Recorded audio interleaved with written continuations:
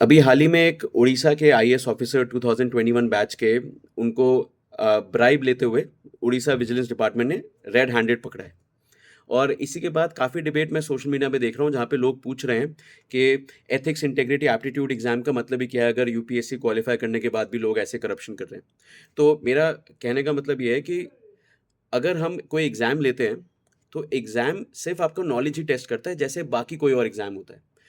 Character certificate कोई exam नहीं दे सकता है। अगर आप यूपीएससी क्वालिफाई करते हैं तो आप कैरेक्टर वाइज बहुत सुपीरियर हैं, ऐसा कुछ नहीं है।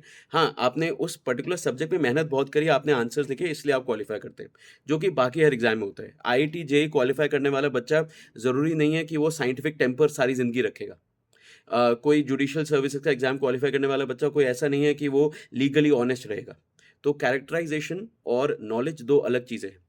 और कहीं न कहीं मुझे ऐसा लगता है कि जब आपका पूरा सिस्टम, जब आपकी पूरी बॉडी इन्फेक्टेड हो, तो आप सिर्फ़ एक टोनेल काटने से, सिर्फ़ एक नाखून को काटने से आपकी बॉडी ठीक नहीं होगी।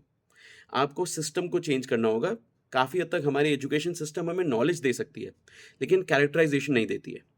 जैसे अगर न्यू एजुकेशन पॉलिसी की बात करें तो उसमें काफ़ी हद तक प्रैक्टिकल चीज़ों को समझाया गया है, लेकिन वो भी आपकी स्किल्स को इम्प्रूव करता है। आपके कैरेक्टर को बिल्ड कर सकता है कि नहीं। तो कैरेक्टर का कोई टेस्ट नहीं होता है, अनफॉर्च्युनेटली कोई टेस्ट नहीं होता है। तो कैरेक्टर का सिर्फ़ एक ही टेस्ट है अगर आप सच में उस सिचुएशन में हैं और उस सिचुएशन में क्या करते हैं। When there is nobody watching, तब आप क्या करते हैं, वो आपका कैरेक्टर है। तो एक बड़ा अच्छा एग्जाम्पल मैंने पढ़ा था कुछ साल पहले एलेनोर रूज़वेल्ट का। Eleanor Roosevelt first lady of America थी, मतलब वो president of USA Franklin Roosevelt जो सेकंड वर्ल्ड वॉर में प्रेसिडेंट थे, उनकी वाइफ थी।